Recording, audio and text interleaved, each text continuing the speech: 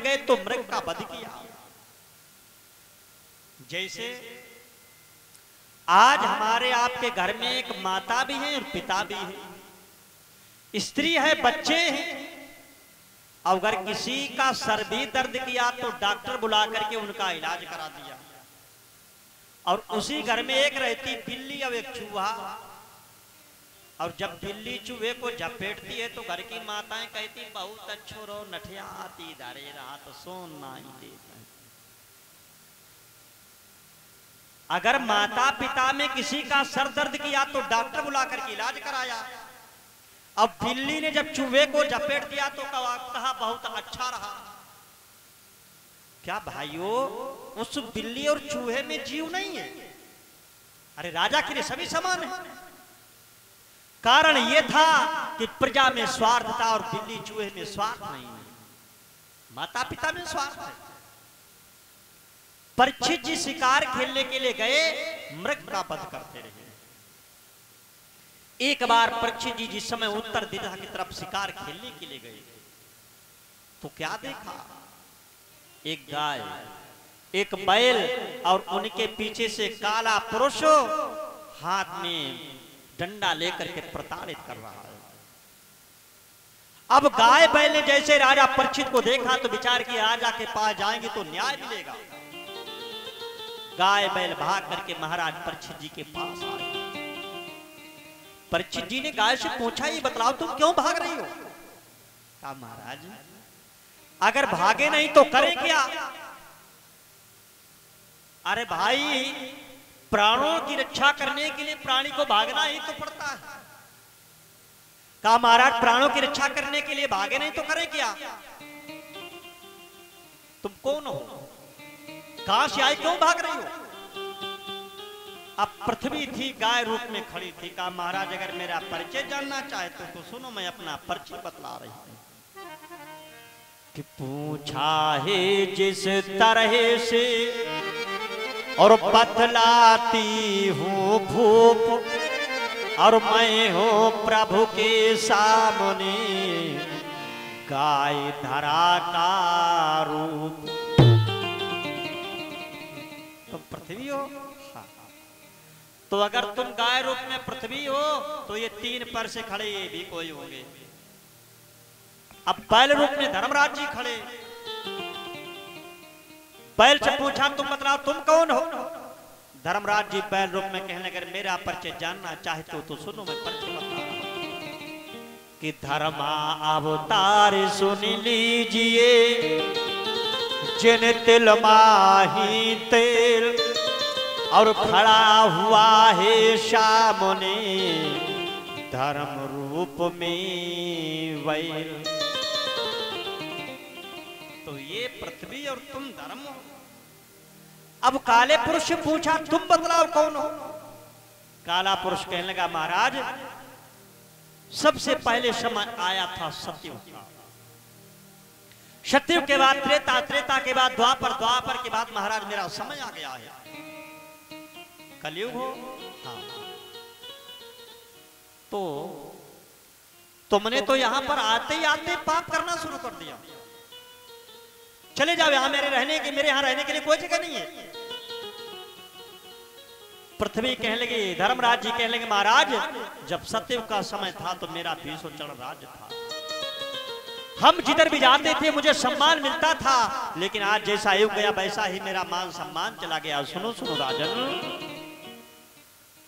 कि सतयुगों में 200 चरण द्वारा और लोकों में चलने लायक था।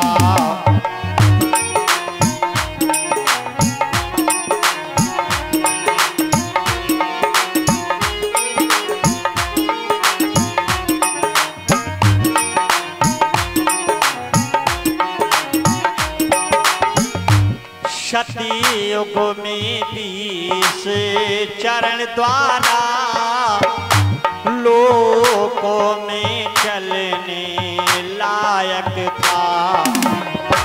त्रेता में 16 चरण रहे,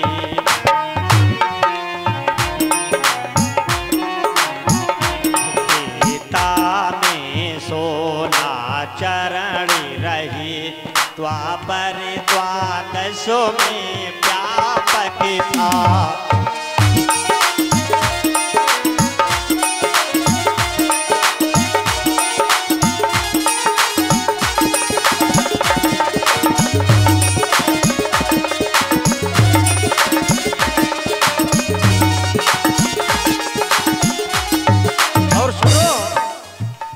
जब से कलयुग आया महाराज इसने तो मेरा जीना ही आराम कर दिया है। लेकिन अब कलयुग आया है, आते ही पड़े जाने लाले। पृथ्वी को बहुत सा कष्ट दिया,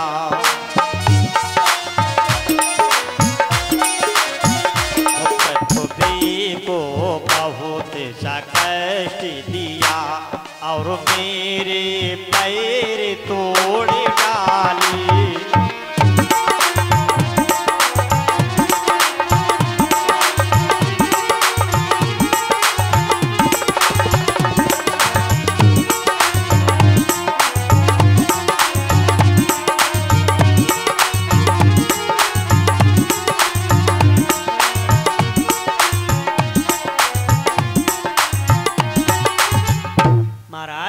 जब से कलयुग आया इसने तो मेरा जीना ही हराम कर दिया। परीक्षित जी ने कहा तुम यहां से चले जाओ, तुम्हें मेरे यहां कोई जगह नहीं होगी रहने के लिए। कलयुग कहने लगे महाराज आपने मेरे अंदर दोष देखा है, एक बुराई के कारण आप हमें निकाल रहे हैं और अच्छाइयां ज्यादा हैं। परीक्षित जी ने कहा अच्छाई ज्यादा बुराई कम, हमें सामने सामने बुराई नजर आ रही है। अब कह रहे मेरे अंदर अच्छाई है। हाँ मां कलयुग केवल नामे आधारा, सुमेरे नर उतरही। कलयुग जोगे न जगे न दाना, एक आधारे राम भगवान। कलयुग, इस कलयुग में जरा भी आप प्राणी पुण्य करेगा तो पुण्य का फल मिलेगा। पापा कलयुग में मनुष्य अगर मन में पाप सोचता रहे तो मन का सोचा पाप कलयुग में नहीं लगेगा। आज परीक्षित जी अगर कलयुग के समय में अगर मन में कोई पूर्ण आप सोच लें तो मन का सोचा पूर्ण आपको प्राप्त होगा, लेकिन मन का सोचा पाप इस कलयुग में नहीं लगेगा। मन सा पाप नहीं लगता है। अगर पुण्य का काम आप किसी के लिए सोच लें कि उसका हमसे भला हो जाए, हित हो जाए, वरना हो करे ना हो, लेकिन मन का सोचा पूर्ण आपको प्राप्त होगा, मन का सोचा पाप नहीं लगेगा। मन में खूब सोचते रहो, पाप नहीं लगने वाला है। कलयुग में एक बुराई है, तामस बहुत रजोगुण थोड़ा और कल प्रभाव विरोध। अब हम आपको कलयुग की पहचान बतला दें। अगर जिस घर में पति और पत्नी में झगड़ा चल रहा है तो समझ लेना कलयुग वही है। यदि पिता और पुत्र में झगड़ा चल रहा है तो समझ लेना वहां कलयुग का वास है। भाई भाई में झगड़ा अगर चल रहा समझ लेना वहां पर कलयुग का वास है। जहां पर संतों का, ब्राह्मणों का, गौ का अपमान होता हो समझ लेना वहां पर कलयुग का वास है। तामस बहुत रजोगुण थोड़ा कल प्रभाव विरोध। तामस बहुत, आज जो जरा जरा सी बात पर प्राणी को क्रोध आ रहा, यही तो कलयुग का प्रभाव है। जरा सी बात हुई कहा हम तुमसे कौन बात में कम ना है, जौने दिना इरादा हुए तौने दिना गली में निकल ले जाओ। तामस बहुत रजोगुण थोड़ा, जरा जरा सी बात पर कलयुग के प्राणी को गुस्सा आ रहा, यही तो कलयुग है। कलयुग कहीं अलग नहीं है। केवल महाराज मेरे अंदर एक ही तो दोष है। कोई बात नहीं, तो जाओ हम तुम्हें रहने के लिए जगह दे रहे हैं। बतलाइए राजा। द्यूतम पानम स्त्रियाशूनम यत्र चाधरम विदः। और कलयुग को कहां पर वास दिया? द्यूतम का जहां पर जुए का खेल होता हो। वैसे खैर घर के गांव में तो जुए का खेल नहीं होता है परीक्षित जी, यहाँ नहीं होता, बाहर की बात है, यहाँ नहीं, हमने देखा ही नहीं कभी है। हाँ, यहाँ नहीं होता जुए का खेल। द्यूतम पानम का जहां पर मदिरा का पान किया जाता हो, आप देखना परीक्षित जी कभी भी जहां पर जुआ होता होगा वहां शराब अवश्य होगी। जहां जुए का खेल होता होगा वहां पर मदिरा होगी, क्योंकि कलयुग का स्थान है। द्यूतम पानम स्त्रियाशूनम, जहां पर स्त्रियों के साथ दुर्व्यवहार हो रहा हो, नारियों का अपमान हो रहा हो, वहां पर जाकर के निवास करना अहिंसा। जहां पर काटा मारी की जाती हो, 4 स्थान बतलाए हैं। कलयुग कहने लगे महाराज आपने हमें एक भी अच्छा स्थान नहीं बतलाया है। याचना करने का महाराज मुझे कोई तो एक अच्छा स्थान बतला दो।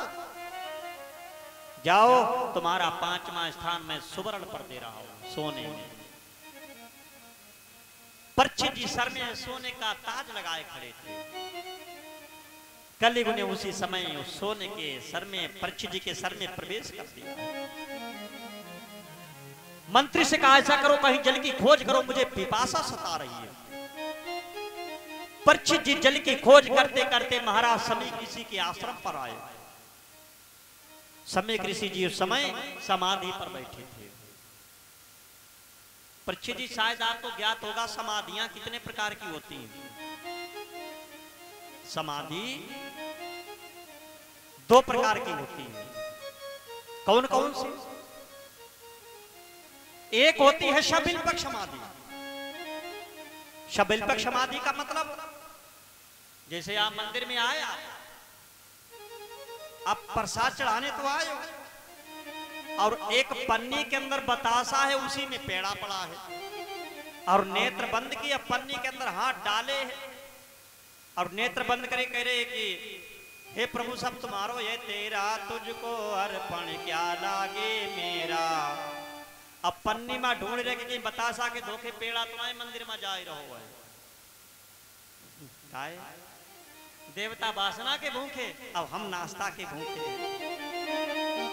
कहने का मतलब जिसे अपने पराये का ज्ञान रहे, यही है शबिल्पक समाधि। नेत्र तो बंद है, जैसे आप भजन बैठे कर रहे हो, नेत्र बंद है, लेकिन मुझे ज्ञात है कि मेरे पास कौन आ रहा और कौन जा रहा है। ये है शबिल्पक समाधि।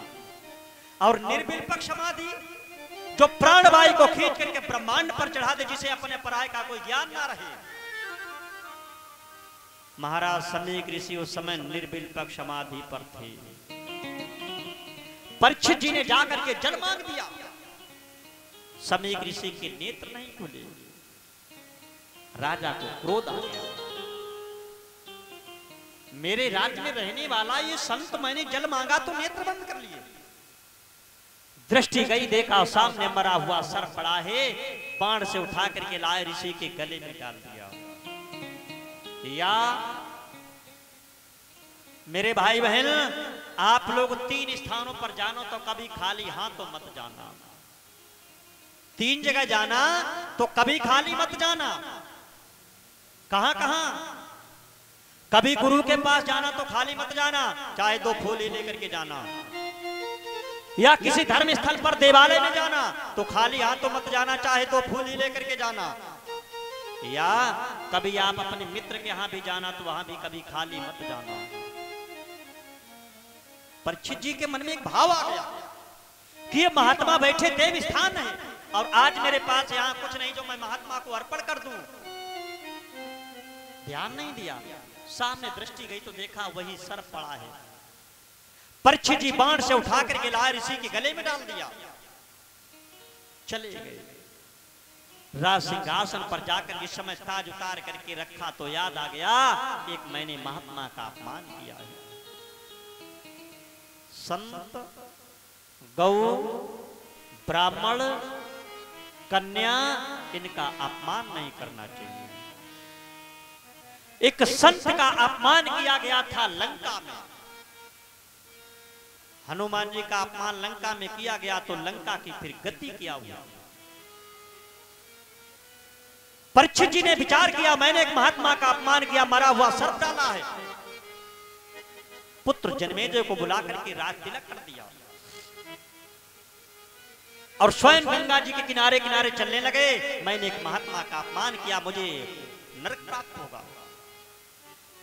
जो गंगा जी की रेती पर जो संत महात्मा मिल जाते हैं उनके चरण बंदन करते हैं और उनसे एक प्रश्न करते जा रहे हैं, महाराज मनुष्य को हमेशा क्या करना चाहिए और जो व्यक्ति मरण शैया पर आ गया हो उस व्यक्ति को क्या करना चाहिए। परीक्षित जी के प्रश्न का उत्तर कहीं मिल नहीं रहा। गंगा जी के किनारे किनारे जा रहे, कहां पर पहुंच गए, हरिद्वार में। हरिद्वार में देखा वहां पर बहुत सारे संत महात्मा ऋषि मुनि बैठे, पूजन किया, दंडवत किया। प्रश्न वही कर रहे हैं, महाराज मनुष्य को हमेशा क्या करना चाहिए, जो व्यक्ति मरण शैया पर आ गया उसे क्या करना चाहिए। प्रश्न का उत्तर नहीं मिल रहा। और इधर समीक ऋषि के शिष्य पहुंच गए महाराज श्रृंगी ऋषि के पास। श्रृंगी ऋषि कौशिकी नदी के जल में स्नान कर रहे हैं। जाकर कहा, भैया आज गुरु जी का अपमान हो गया है, राजा परीक्षित ने मरा सर्प डाला है। श्रृंगी ऋषि को क्रोध आ गया। कौशिकी नदी से जल लेकर के राजा परीक्षित को श्राप देने लगे, जिस राजा परीक्षित ने मेरे पिता का अपमान किया वही सर्प जीवित होकर के 7वें दिन उसको डसेगा, उसकी मौत होगी। 7 दिन का श्राप दे दिया गया। विद्वानों के भाव हैं कि 7 दिन का ही श्राप क्यों दिया गया। क्या श्रृंगी ऋषि ये नहीं कह सकते थे कि राजा परीक्षित की इसी समय प्राणवायु निकल जाए, कहते थे। लेकिन 7 दिन का ही श्राप राजा परीक्षित को श्रृंगी ऋषि ने क्यों दिया। श्राप तो 8 दिन का दे देते, 9 दिन का दे देते। कारण एक नहीं कई एक कारण है। परीक्षित जी सबसे पहले कारण यही है, ये कथा हमारे आपके शरीर पर घटित है। शरीर के अंदर है 7 चक्र, जो 7वां चक्र है अपना ये ब्रह्मांड चक्र। जब तक आपके 7 चक्र भगवान की भक्ति के द्वारा नहीं खुलेंगे मानव को सद्गति की प्राप्ति नहीं हो सकती है। दूसरा कारण, परमात्मा दिन तो केवल 7 ही बनाए। जितना भी प्राणी मरता है ये 7 दिन में ही तो मरता है, इसलिए 7 दिन का श्राप दिया गया। कुछ विद्वानों का कहना है राजा परीक्षित को श्रृंगी ऋषि ने 7 दिन का श्राप क्यों दिया। जिस समय महाराज परीक्षित जी की 7 वर्ष की आयु थी, तो 7 वर्ष की आयु में राजा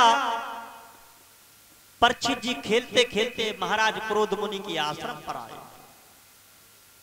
हाथ में परीक्षित जी के कच्चा सूत्र का धागा था। ध्यान रखना, राजा परीक्षित को 7 दिन का श्राप क्यों दिया गया। परीक्षित जी की उम्र थी केवल 7 वर्ष की।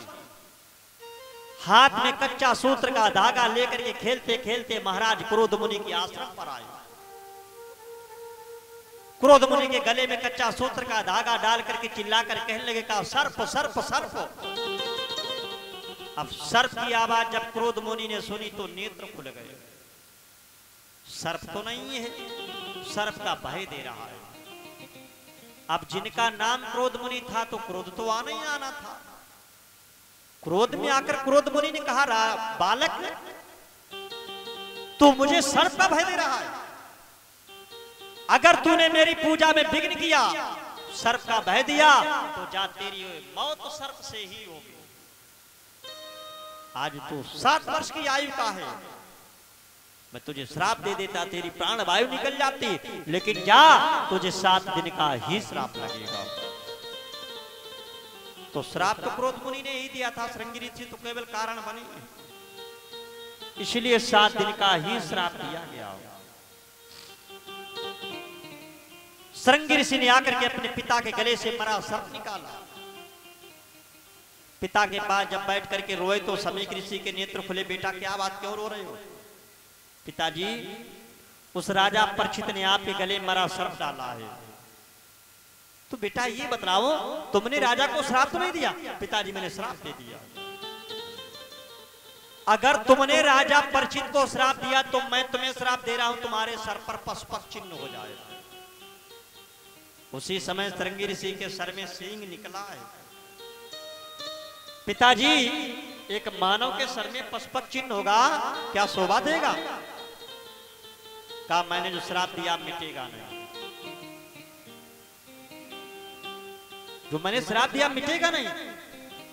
उपाय मैं बतला रहा हूं कि तुम गंगा के किनारे किनारे चले जाओ, और जहां पर प्रभु के चरण पड़े होंगे वहीं पर तुम्हारा ये पशुपत चिन्ह मिट जाएगा।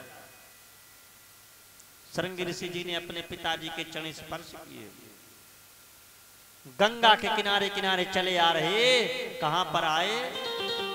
श्रृंगी रामपुर। जैसे श्रृंगी ऋषि जी इस जगह पर आए हैं तो श्रृंगी ऋषि का वहीं पर सर का सींग वो गिर गया है। उसी जगह पर बैठ करके श्रृंगी ऋषि जी ने तपस्या की थी, इसीलिए उस घाट का नाम पड़ा है श्रृंगी रामपुर। अब महाराज परीक्षित जी प्रश्न अपना कर रहे हैं, मनुष्य को हमेशा क्या करना चाहिए, और जो व्यक्ति मरण शैया पर आ गया उसे क्या करना चाहिए? प्रश्न का उत्तर नहीं मिल रहा। मंद मंद मुस्कान, घुंघराले बाल, महाराज श्री सुखदेव जी का आगमन हुआ है। बोली सुखदेव भगवान की जय हो। सुखदेव मुनि को आसन दे दिया, पूजन किया और प्रश्न करने लगे, महाराज आप हमें बतलाएं कि मनुष्य को हमेशा क्या करना चाहिए? परीक्षित जी, अब यहां से ये कथा चरित्र में शुरू होती है। यहीं से सुखदेव जी के परीक्षित जी के प्रश्न उत्तर शुरू होते हैं। अभी तक का जो विषय था मातम्य का विषय था। सुखदेव मुनि कहने के, राजन बरियाने शिते प्रश्ना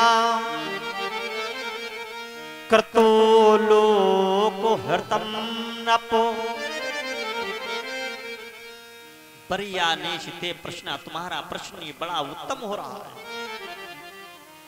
हम तुम्हें अवश्य उपाय बतलाएंगे, लेकिन पहले तुम जाकर के गंगा जी में स्नान करो, संध्या बंदन करो। गंगा जी का जल लेकर के आचमन किया, संध्या बंदन की।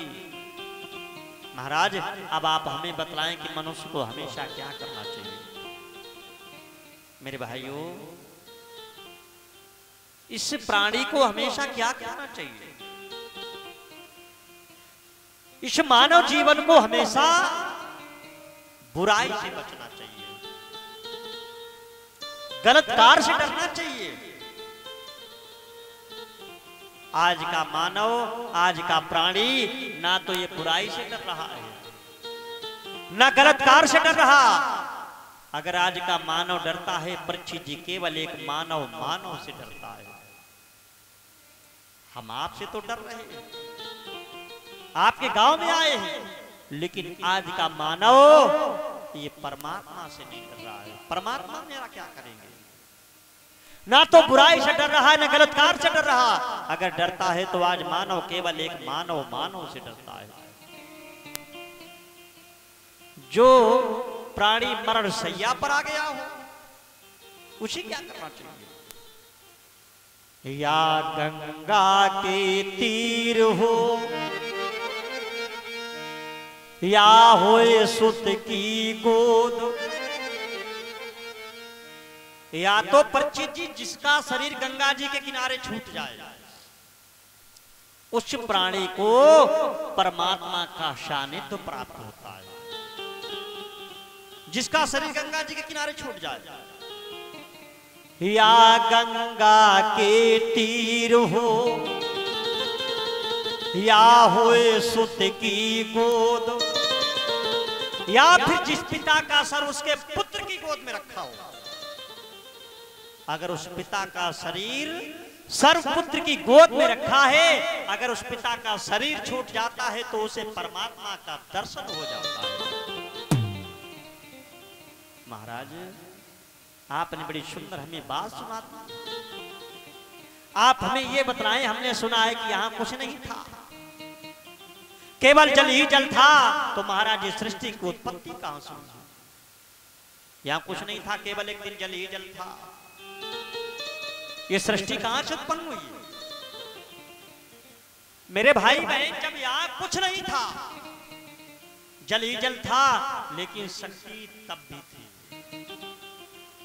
शक्ति पहले भी आगे थी और आज भी आगे है।